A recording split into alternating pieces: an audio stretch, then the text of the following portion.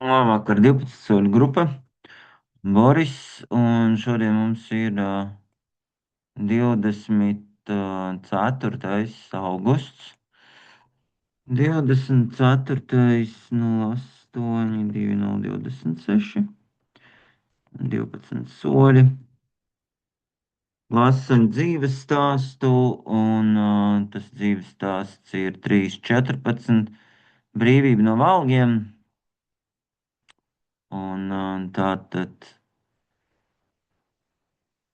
Bērni noturēja mani skaidrā 3 nožēlojamas nedēļas, un tad dod Dievs, ka tā būtu aizsākās mana pēdējā dzeršana.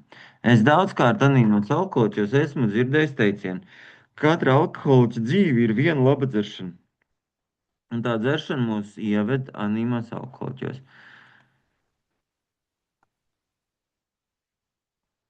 Katra alkoholiķa dzīvē ir viena laba dzeršana, un tā dzeršana mūs ieved anīmos alkohoļos.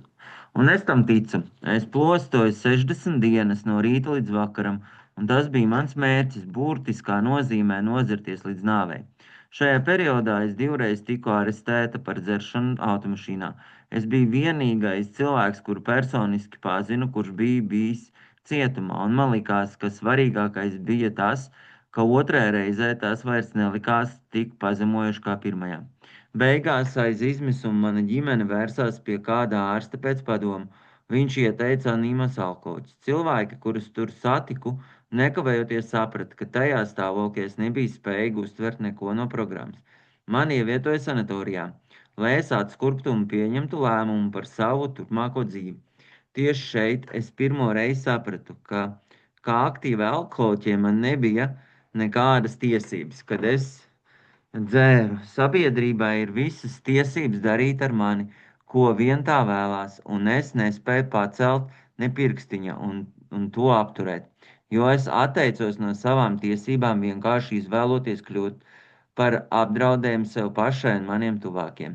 Ar dziļu kaunu es apzinājos, ka līdz šim biju nodzīvojis neuzņemoties nekādus sociālus pienākumus, nedz arī zināja, ko nozīmē morāla atbildība pret maniem līdzcilvēkiem. Pirms 8 gadiem es apmeklēju savu pirmo anīmu alkohola sapulci, un dziļā pateicībā varu teikt, ka kopš tās dienas es esmu pacēlusi glāzi, ka es neesmu pacēlusi glāzi, nedz esmu lietojis apreibinošas vielas vai medikamentus, jo man šī programma nozīmē absolūtu skaidrību. Man vairs nav nepieciešams aizbēgt no realitātes.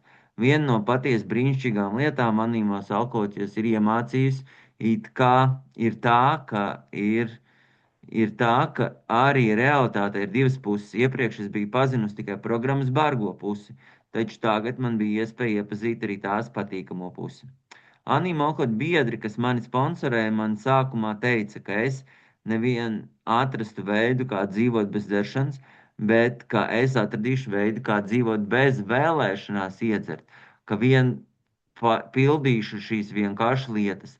Man teica, ka ja es gribu zināt, ka šī programma strādā, tad man jāatcerās 3 lietas - godīgums, atvērts prāts un vēlēšanās. Lielās grāmatas tas min kā atvesaļošanās pamatu. Man ieteica izlasīt Anīma Alkohoļa grāmatu un pamēģināt iziet 12 soļus saskaņā ar grāmatas skaidrojumu. Jo Anīma Alkohoļa biedri uzskatīja, ka šo principu piemērošana mūsu ikdienas dzīvē palīdz mums iegūt un noturēt skaidrību. Es tam ticu un esmu pārliecināta, ka ir pilnīgi neiespējami pa vienai praktizēt šos principus, cik vien labi spējam, un turpināt dzert, jo, manuprāt, šīs lietas nav savienojamas. Man nebija problēma atzīt, ka esmu bezspēcīga pret alkoholu, un es noteikti piekrītu, ka man dzīve bija kļuvusi nevadām. Man atlika vien palūkoties uz milzīgu atšķirību starp lielajiem dzīves plāniem, kurus pirms tik daudziem gadiem bija izveidojis, un realitāti, lai saprastu, ka es nespēju vadīt savu dzīvi, ne skaidrā, ne dzērumā. Anīma alkohoļi man iemācīja, ka iesākumā pietika vien ar vēlēšanos ticēt. Manā gadījumā tā bija patiesība. Tāpat es nespēju iebilst jēdzienam atgriezt veselo saprātu, jo mana rīcība pirms ienākšanas anonīmās alkohoļos gan skaidrā, gan dzērumā nebija saprātīgas personas cienīga. Ja vēlējos būt patiesi godīgi pret sevi, tad man nācās atzīt, ka mana domāšana bija nesaprātīga. Man nācās kļūt godīgai. Nevarēju turpināt attaisnot savu dīvaino uzvedību kā iepriekš. Man noderēja kāda vārnīcā atrasta definīcija, kas saka, racionalizācija nozīmē sniegt sociāli pieņemumu pamatojumu sociāli nepieņemai uzvedībai, un sociāli nepieņemama uzvedība ir vājprāta paveids. Racionalizācija nozīmē sniegt sociāli pieņemumu pamatojumu sociāli nepieņemamai uzvedībai, un sociāli nepieņemama uzvedība ir vājprāta paveids.